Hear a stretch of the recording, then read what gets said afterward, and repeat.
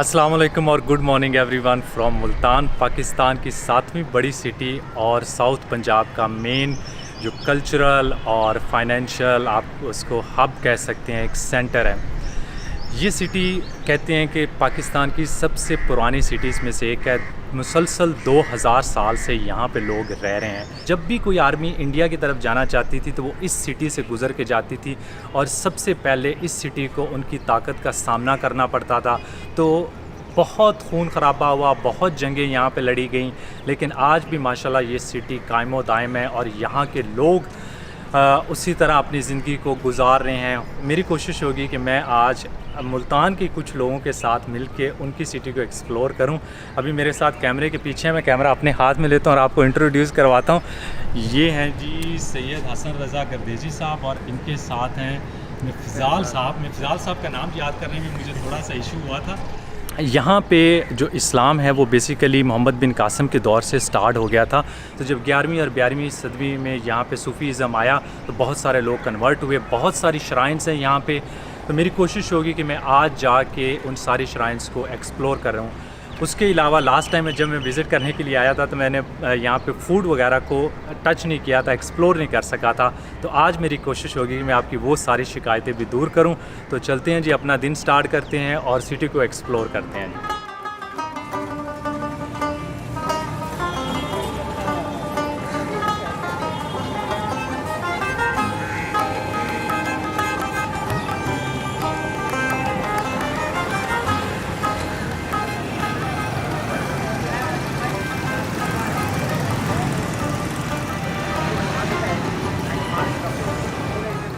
हम लोग जी अभी नाश्ते के लिए आए हैं अंदरून मुल्तान में। बहर गेट के पास है एक पुड़ियों वाली शॉप है, बाबा स्वीट्स के नाम से। उसकी पुड़ियाँ बड़ी मशहूर समझी जाती हैं और स्पेशली मुल्तान में मिलती हैं जी दाल वाली पुड़ी, जो कि आपको बाकी किसी सिटी में नहीं मिलेगी। तो मैंने कहा चलो ट्राई करते हैं, थोड़ा सा डिफरेंट हो जाएगा। इसके साथ एक रेडी वाला है जिसके चने वगैरह बड़े मशहूर हैं और लस्सी वाला। तो ये पंजाब में और लस्सी जो है ना सुबह नाश्ते वो बहुत ज़रूरी है। तो ये सारी चीज़ें ट्राई करते हैं और आपको बताते हैं कि कैसी रही।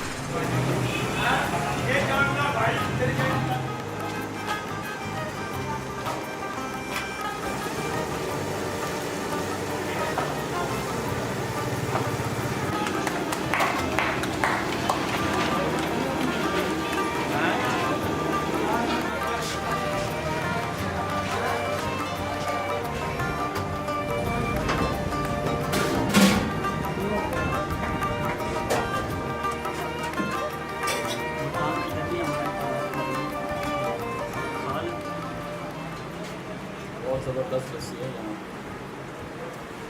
तो ये हमने किया ये अभी नाश्ता और एक बंदे का हमने आपके साथ इंट्रोडक्शन नहीं करवाया था। ये अभी आए हैं, बाद में हमें ज्वाइन किया आगा साहब। और आगा साहब खाने के बड़े शौकीन हैं तो हमें थोड़ा सा बताएंगे। मुझे जो है पुड़ियाँ, क्योंकि ये मैंने दाल वाली जो है ना ये थोड़ी सी वो क्या उसके थे मिर्चें वगैरह डाली थी। हाँ, ये मिर्चे वाली पुड़िया और ये फीकी पुड़ी। टेस्ट थोड़ा अच्छा लगा, डिफरेंस है, लेकिन ये नहीं कि मैं रोज़ सुबह नाश्ते में मिर्चों वाली पुड़ियाँ जो वो खाना पसंद करूँगा। और ये आप स्पेशली इसको ट्राई करें लस्सी के साथ। लस्सी के साथ? हाँ, इसको एक बाइट लें और उसके बाद लस्सी का एक घूंट बढ़ें, इसका अपना ही मज़ा है। So how was the experience? मेरे मुंह में तो बर्फ़ ही आ रही है। यहाँ की लस्सी जी बाकी बहुत मज़े की है और काफ़ी मज़े का यहाँ पे नाश्ता रहा है। पुड़ियाँ जो हैं वो ठीक थी, लेकिन मुझे जो नॉर्मल पुड़ी है उसका ज़्यादा मज़ा आया। तो अभी हम यहाँ पे बैठ के थोड़ा सा रेस्ट करते हैं। लस्सी वगैरह जो अभी तक काफ़ी आधा गिलास पड़ा है वो पीते हैं और उसके बाद प्लान ये होगा कि थोड़ा बहुत जो है ना हम अंदरून सिटी की तरफ जाएँगे।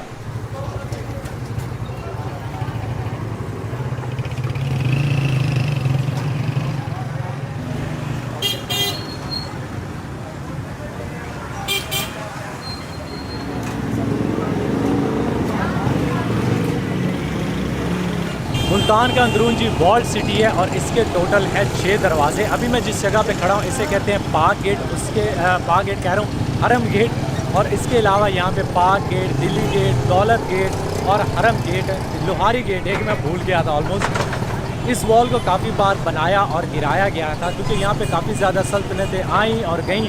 सिवाय मुग़लों का दौर एक ऐसा था जब सिटी में पीस आया, क्योंकि उस दौरान 200 साल तक कोई जंग नहीं हुई। इसी वजह से उस सिटी को कहा जाता था दारुल अमान, और मुग़लों ने इसको एक मेन एग्रीकल्चर एक हब बना दिया था। यहाँ पे कॉटन की बहुत ज़्यादा प्रोडक्शन होती थी। ये जो मौजूदा फॉर्म आप देख रहे हैं दीवार की, ये बनाई थी नवाब अली ख़ान हक़वानी साहब ने 1757 में। लेकिन इस वॉल की भी अभी कुछ अर्से तक तो कंडीशन अच्छी नहीं थी, लेकिन प्रोविंशियल गवर्नमेंट ने काफ़ी ज़्यादा पैसा वगैरह खर्च करके इसको प्रिजर्व किया है। इसके वॉल के अंदर काफ़ी ज़्यादा बाज़ार हैं, और स्पेशली जो सराफा बाज़ार है वो सोने का बाज़ार हुआ करता था। बड़े पुराने दौर में एशिया का सबसे बड़े बाज़ारों में से एक है, और अभी भी उसकी वाइब बहुत अच्छी है। और एक चीज़ मैं बताना भूल गया कि ये जो दीवार है इसके ऊपर आजकल पूरी रोड बनी हुई है जिसे कहते हैं अलंग रोड, जो कि पूरा उस दीवार के ऊपर ही बनी हुई है और चक्कर लगाती है वॉल्ड सिटी का।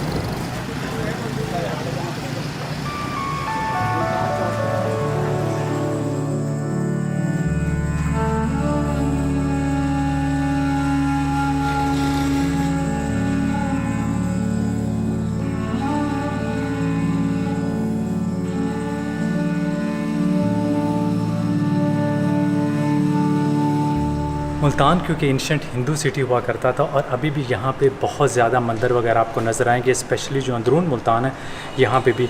अभी मैंने 2-3 मंदिर जो हैं वो विज़िट किए हैं, लेकिन अनफॉर्चुनेटली उनकी कंडीशन कोई इतनी अच्छी नहीं थी। लेकिन अभी हम जिस मंदिर में आए हैं इसकी रिलेटिवली कंडीशन कदरे बेहतर है, लेकिन यहाँ पर अगर रेस्टोरेशन वगैरह का काम हो जाए तो और भी ये खूबसूरत देखने को लगेगा।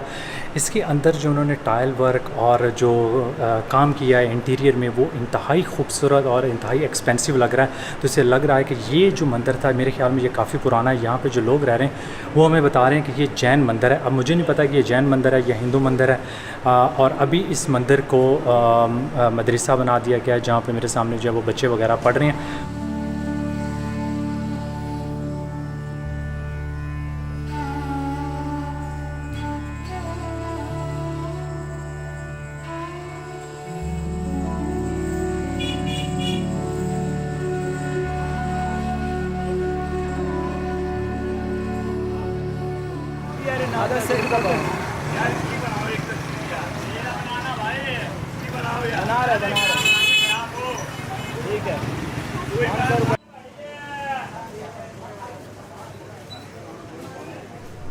जिस तरह मुल्तान का सोन हलवा बड़ा मशहूर है, इसी तरह मुल्तान में एक और चीज़ यहाँ की बहुत मशहूर है जिसे कहते हैं जी डोली की रोटी। और मोस्टली आजकल आपको वैसे होटल्स वगैरह में भी, रेस्टोरेंट्स वगैरह में भी मिल जाएगी, लेकिन जो सबसे अच्छी बनती है वो बनती है लोगों के घरों में। तो मुझे मौका मिला है एक दोस्त के थ्रू कि हम किसी के घर जाके वहाँ से जो है ना देखें कि डोली की रोटी बनाते कैसे हैं। और मैं इनसे खुद ही पूछता हूँ कि आप इसके जो अंदर जो इंग्रेडिएंट्स हैं वो बेसिकली कौन से होते हैं। तो आप बता सकती हैं कि कौन से इंग्रेडिएंट्स हैं इसके अंदर? कौन सा, ये आटा है, नॉर्मल आटा है या नहीं? ये मैदा है, 1.5 किलो मैदा, आधा किलो आटा। जी जी। इन दोनों को मिक्स करके ना उसमें 1 किलो चीनी, अच्छा, वो भी मिक्स कर लें, और एक आधा पाव घी वो भी आटे में मिक्स करें। मिक्स करके फिर उसको ना दूध और दही के साथ गूँदें। अच्छा, गूँद के फिर उसको 2-3 घंटे के लिए रख दें। सही है। फिर वो जैसे देखें भाई थोड़ा सा उसमें मीठा सोडा भी डालें, आधा चम्मच। सही है। हाँ, फिर जैसे वो थोड़ा सा भाई फूल जाए तो फिर उसको ऐसे बना के ना, अब ये जो बन गई है ना, तो फिर इसको हम घी में तलेंगे। अच्छा, देसी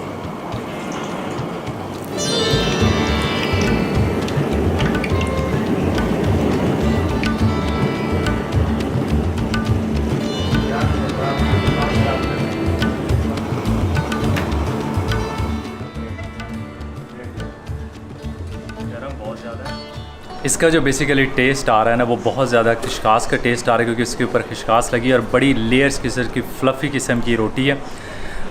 पुड़ियाँ तो आप नहीं कह सकते, रोटी और पुड़ियों का मिक्सचर कह सकते हैं, लेकिन मुझे पुड़ियों से इसका ज़्यादा मज़ा आया है खाने का।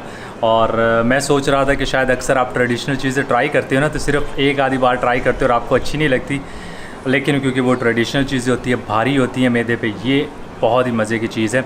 और मुझे भी बताया गया कि इसको यूज़ करते थे मोस्टली, अभी तो कम क्योंकि खाने में यूज़ होती है, लेकिन पुराने वक्तों में या अभी भी जो लोग इसको खाते हैं वो ट्रैवलिंग के लिए ज़्यादा यूज़ करते हैं, कि मसलन इसको बना के अपने साथ पैक कर लेते हैं और ये ख़राब नहीं होती, और मोस्टली इसको लोग जो है वो नाश्ते में इस्तेमाल करते हैं।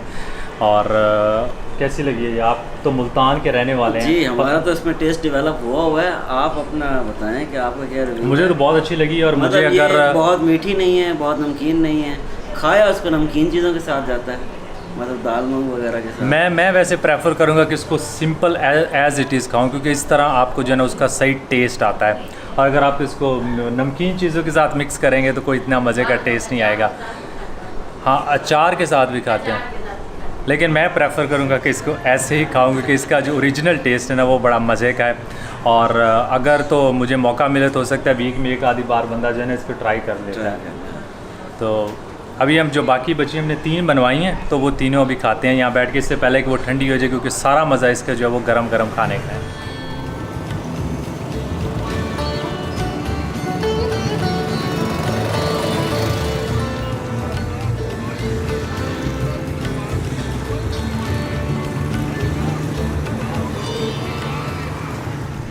इस जगह को कहते हैं जी खूनी बुर्ज चौक, और इसके बारे में मशहूर है कि ये वो जगह है जहाँ पे अलेक्जेंडर जब उसने मुल्तान पे हमला किया था तो यहाँ पे उसको जहर से भरा हुआ एक तीर लगा था। उन दिनों मुल्तान जो था वो एक आइलैंड होता था, क्योंकि यहाँ से दरियाए रावी गुज़रता था और इसके चारों तरफ पानी होने की वजह से इसको फ़तह करना इतना आसान नहीं था। जब अलेक्जेंडर को तीर लगा तो उसके बाद उसकी आर्मी ने बड़ा खौफनाक किस्म का हमला किया पूरी सिटी पे, और उनके रास्ते में जो आया उन्होंने सबको मार दिया, सिटी को फतह कर लिया। लेकिन अलेक्जेंडर जो था वो कभी उस तीर के ज़ख़म से दोबारा जो है वो सही तरह रिकवर ना कर सका, और उसी के बाद से उसकी डेथ हो गई थी। उसके बाद जब यहाँ पे सिखों की हुकूमत थी तो उनकी हुकूमत को गिराने के लिए जब ब्रिटिश यहाँ पे आए थे तो उन्होंने भी सेम इसी जगह पे उनकी काफ़ी बड़ी लड़ाई हुई थी और उन्होंने सिटी वॉल को गिरा दिया था। तो इसी वजह से, क्योंकि यहाँ पे 2 बड़ी खौफनाक किस्म की लड़ाइयाँ हुई हैं, इसी वजह से इसे कहते हैं जी खूनी बुर्ज चौक।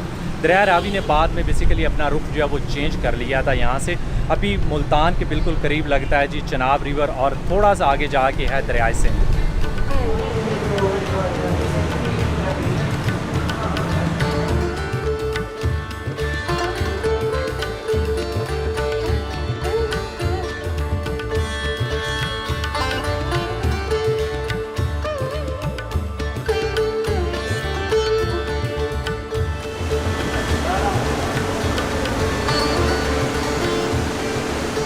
हम लोग आए हैं जी अभी ब्लू पोट्री के इंस्टीट्यूट में, जहाँ पे स्टूडेंट्स को सिखाया जाता है कि ब्लू पोट्री के ऊपर डिज़ाइन कैसे बनाना है और उसको प्रिपेयर किस तरह करना होता है। ना सिर्फ यहाँ पे एक इंस्टीट्यूट है, उसके बिल्कुल साथ एक पूरी फैक्ट्री है, कारखाना है, जहाँ पे क्ले को प्रिपेयर करने से लेके उसके ऊपर डिज़ाइनिंग, फिनिशिंग, अभी मेरे साथ भी ये काम कर रहे हैं, पॉलिश का काम, और एंड पे जो उसके ऊपर फाइनल जब उसको हीट किया जाता है 1250 डिग्री तक, जिसके बाद उसके कलर्स वगैरह निकलते हैं, तो ये सारा कुछ यहाँ पे किया जाता है। मुल्तान जो है वो पूरी दुनिया में फेमस है अपनी ब्लू पॉटरी की वजह से। जो ब्लू पॉटरी है बेसिकली इसका जो ओरिजिन है वो सेंट्रल एशिया है। कहते हैं कि काशगर से निकली थी, लेकिन काशगर से जब निकली तो उसके बाद और भी काफ़ी सिटीज़ में इसको जो पॉपुलैरिटी मिली और मुल्तान में ये काफ़ी फेमस हुई। और अगर आप मुल्तान के जो श्राइन्स हैं, स्पेशली शाह गर्देस रहमतुल्लाह अलैह की श्राइन है, उसके अलावा शाह रुकन आलम रहमतुल्लाह अलैह की श्राइन है, उन सारी श्राइन्स पे आपको कुछ ना कुछ ब्लू पॉटरी के वो जो काशीगरी, इसको ये जो अभी तो यहाँ पे नहीं कर रहे लेकिन अंदर एक मैं क्लिप लगाता हूँ, उसके ऊपर वो जो डिज़ाइन करते हैं उसको कहते हैं काशीगरी। ये हर एरिया में डिफरेंट होती है। मसलन मुल्तान में ब्लू कलर की है, हो सकता है आपने कोई नॉर्थ अफ्रीकन कंट्री देखी हो या ईरान में देखी हो, वहाँ पे हो सकता है वो रेड कलर की कर रहे हो, या सिंध में जिस तरह अजरक का कलर है वो रेड कलर है, और मुल्तान में अजरक जो है वो ब्लू कलर की होती है। तो हर रीजन के लिहाज से उसमें जो है वो कलर जो है वो थोड़ा बहुत डिफरेंस आता रहता है। मैंने उनसे पूछा था पूरा एक जो डिनर सेट है वो 28,000 रुपीज़ का मिलता है, तो मेरे ख्याल में वो इतना एक्सपेंसिव नहीं है, और एक बहुत ही खूबसूरत चीज़, मतलब आपके घर में मेहमान आए ना तो आप उनके सामने बर्तन रखे, खाना जैसा भी हो सबसे पहले आपके बर्तनों की तारीफ जो है वो ज़रूर करेंगे। बहुत अच्छे लोग हैं और इन्होंने पूरा जो है वो एक टूर जो है विज़िट कराया। यहाँ पे काफ़ी स्टूडेंट्स वगैरह पढ़ रहे हैं, आजकल कोविड की वजह से नहीं पढ़ रहे हैं, इसलिए मैं उनका आपके साथ कोई इंटरव्यू वगैरह अनफॉर्चुनेटली नहीं करवा सका।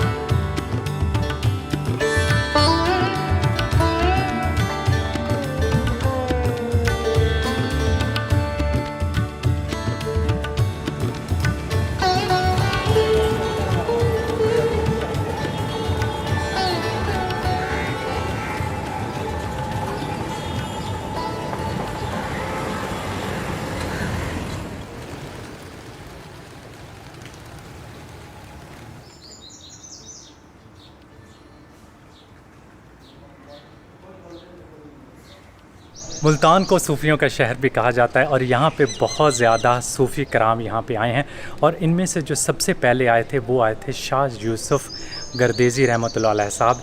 ये अफ़गानिस्तान के शहर गर्देज़ से हिजरत करके यहाँ आए थे 11वीं सेंचुरी में और इनके आने से पहले यहाँ पे जो मेनली पॉपुलेशन थी वो हिंदू पॉपुलेशन थी और इन्होंने मोस्टली जो इस्लाम को इंट्रोड्यूस करवाया था इस रीजन में वो इनकी वजह से ही हुआ था। कहते हैं कि इनके पास बहुत ज़्यादा मोजज़ात और करामात वगैरह थी जिनको देखा देखी लोग जो हैं इनसे बहुत ज़्यादा इम्प्रेस थे, मुतासिर से इनकी शख्सियत से, तो इस्लाम कबूल किया। अभी आप मेरे पीछे देख रहे हैं इनका मज़ार, बाहर की दीवार है वो जिस तरह मुल्तान में ब्लू पॉटरी वगैरह का काम होता है सिमिलर उसी स्टाइल में उसके ऊपर काशीगरी की गई है। और ये जो अहाता है इसके साथ एक बहुत ही पुरानी मस्जिद है, तकरीबन 400 साल पुरानी है। आई थिंक शेर शाह सूरी के दौर में ये बनी थी और एक इमाम बारगाह है यहाँ पे। तो अभी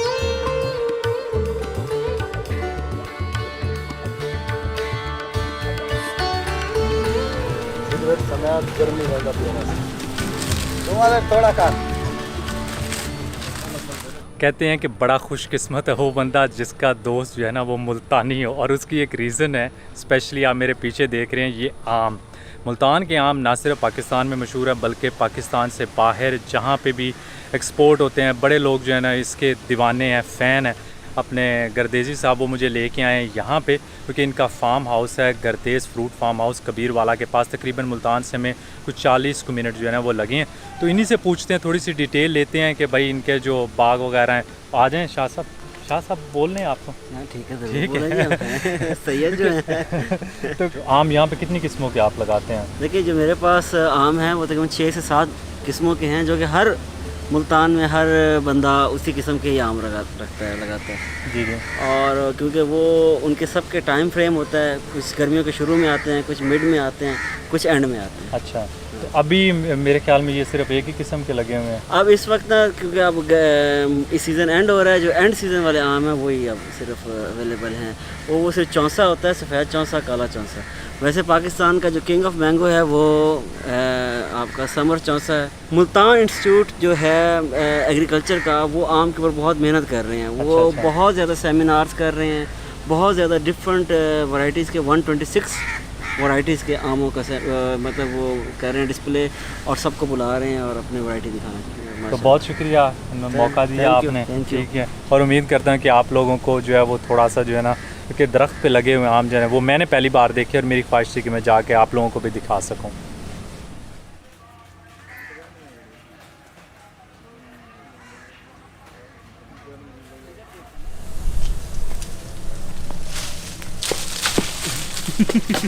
भाई ये मेरे बस का काम नहीं है। इससे पहले कि मैं अपना बाजू निकलवा लूँ। मेहरबानी, शुक्रिया।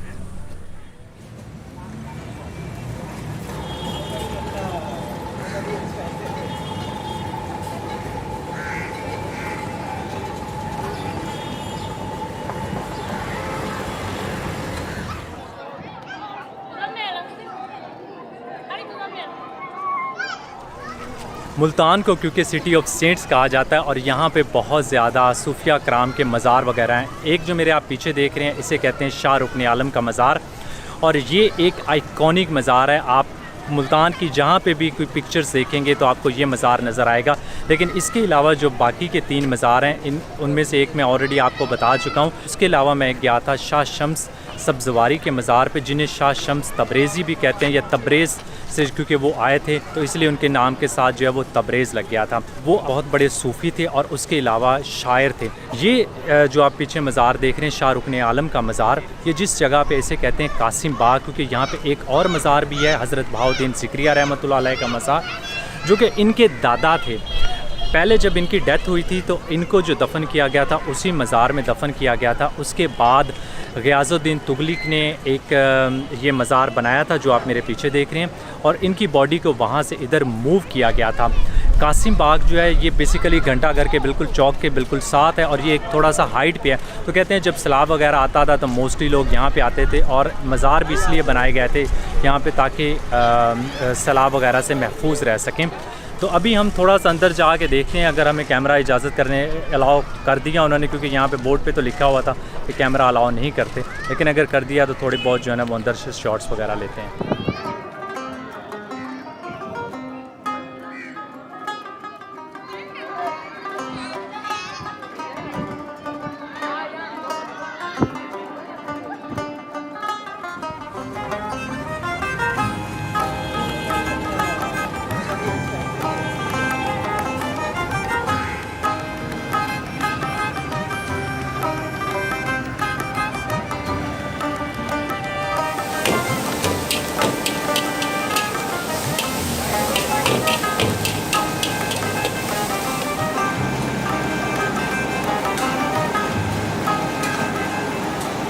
हम लोगों ने बेसिकली खाना खाने के लिए जाना था घंटाघर, क्योंकि उस पे पास जो है वो मिलती हैं यहाँ की मशहूर चांपें। लेकिन अनफॉर्चुनेटली हमारी बदकिस्मती कि आज वो बंदा जो है वो वहाँ पे नहीं बैठा हुआ था, वो रेस्टोरेंट था वो क्लोज़ था।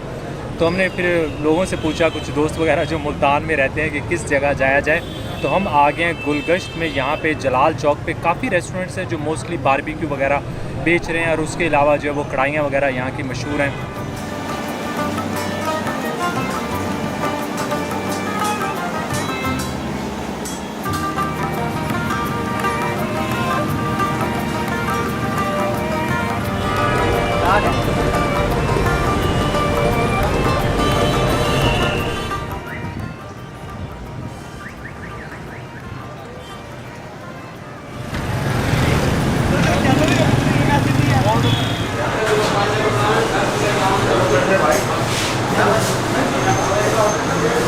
मुल्तान है और आपने मुल्तान का सोन हलवा अगर ट्राई नहीं ना किया तो मुल्तान जो है ना वो आपका टूर जो हमेशा अधूरा सा रह जाता है। मैं जब भी मुल्तान आता हूँ तो हमेशा मेरी कोशिश होती है कि मैं सोन हलवा जो है वो ज़रूर ट्राई करूँ। और अभी हम आए थे रिवाड़ी में, क्योंकि यहाँ का सोन हलवा जो है वो समझा जाता है कि मुल्तान में सबसे बेस्ट है। इनके पास डिफरेंट किस्म के सोन हलवे की इकसाम है। कुछ तो हैं कि नॉर्मल हलवा जात है इनके पास, लेकिन हर हलवे में कहते हैं कि हम लोग ड्राई फ्रूट्स वगैरह डालते हैं। जो सबसे इनका मशहूर हलवा है वो बेसिकली इनका अखरोट का हलवा है, जिसे सोन हलवा भी कहते हैं। लेकिन उसके अलावा बादाम का हलवा और पता नहीं और कितनी किस्मों के हलवे उनके सामने मेरे साथ पड़े थे। मेरे ख्याल में आई थिंक 12 के करीब इनके हलवे हैं। तभी हम ट्राई जो है वो वैसे तो हमेशा ही अच्छा लगता है, इसलिए कोई इसमें ख़ास बात नहीं है बताने के लिए कि मैं ट्राई करूँगा और बेहतर होगा। एनीवे अगर आप आएँ तो ज़रूर ट्राई कीजिएगा सोन हलवा। अभी हम लोग आए हैं जिस सराफा बाज़ार में, और कुछ ही दिनों पहले इन्होंने सराफा बाज़ार में, आप मेरे पीछे देख रहे हैं ये जो रंग बिरंगी सी बिल्डिंग्स और लाइट्स नज़र आ रही हैं, ये इन्होंने कुछ दिन पहले इसको किया, साफ़ सुथरा करके डिफरेंट कलर्स लगाए हैं और जो लाइट्स वगैरह हैं वो भी लगाई हैं, तो काफ़ी खूबसूरत लग रहा है। नॉर्मली ये था कि ये सारा एरिया जो था वो कवर्ड होता था, कुछ नज़र वगैरह नहीं आता था। मैंने बेसिकली दिन के टाइम विज़िट किया, फर्स्ट टाइम जो है वो नाइट को विज़िट कर रहा हूँ, तो मुझे काफ़ी अच्छा लगा। ओवरऑल जो था मेरा मुल्तान का एक्सपीरियंस काफ़ी अच्छा रहा, और मैंने कोशिश की है कि आप लोगों को जितना हो सके कल्चरल, हिस्टोरिकल और फूड के लिहाज से मैं जो भी एक्सप्लोर कर सकता था मैंने वो किया, और आप लोगों को उम्मीद है कि ब्लॉग जो है वो पसंद आया होगा। और उसके अलावा एक चीज़ मैं बताना भूल गया कि मैंने मुल्तान में जिस होटल में स्टे किया था उसका नाम था जी सिंदबाद होटल, और वहाँ पे average room rent I think 8000 rupees है। काफ़ी खुला और साफ़ सुथरा होटल है, उनकी अपनी पार्किंग भी है, तो आप वहाँ पे पार्क वगैरह करके जा सकते हैं। सिटी सेंटर से ज़्यादा दूर नहीं है। मैंने अपना मुल्तान का टूर जो वो ख़त्म कर लिया था, और मैं चाहता था कि यहाँ पे एक मीटअप रखूँ, लेकिन मुझे आते आते होटल में काफ़ी टाइम हो गया था। तो अभी सुबहान मुझसे मिलने के लिए आए हैं। सुबहान जो है वो थोड़े से जो है ना वो एक्साइटेड है, मुझे नज़र आ रहा है, और बहुत खुशी हुई कि रात के इस टाइम जो है वो इतना प्यार मोहब्बत लोग देते हैं, और स्पेशली जब फैमिलीज़ कंटेंट देखती हैं। तो सुबहान आप कुछ कहना चाहेंगे? मेरे व्लॉग में आ रहे हैं। I'm a huge fan and it's been an honor to meet him. I wish him great luck in all of his journeys. Thank you so much सुबहान। इसके साथ ही करते हैं जी अपना ब्लॉग ख़त्म, और उम्मीद करता हूँ कि आप लोगों को पसंद आया होगा, और अगर पसंद आया तो लाइक का बटन दबाना ना भूलिएगा, जो कि मोस्टली आप लोग जो है ना वो भूल जाते हैं, तो आज दबाना ना भूलिएगा। अल्लाह हाफ़िज़।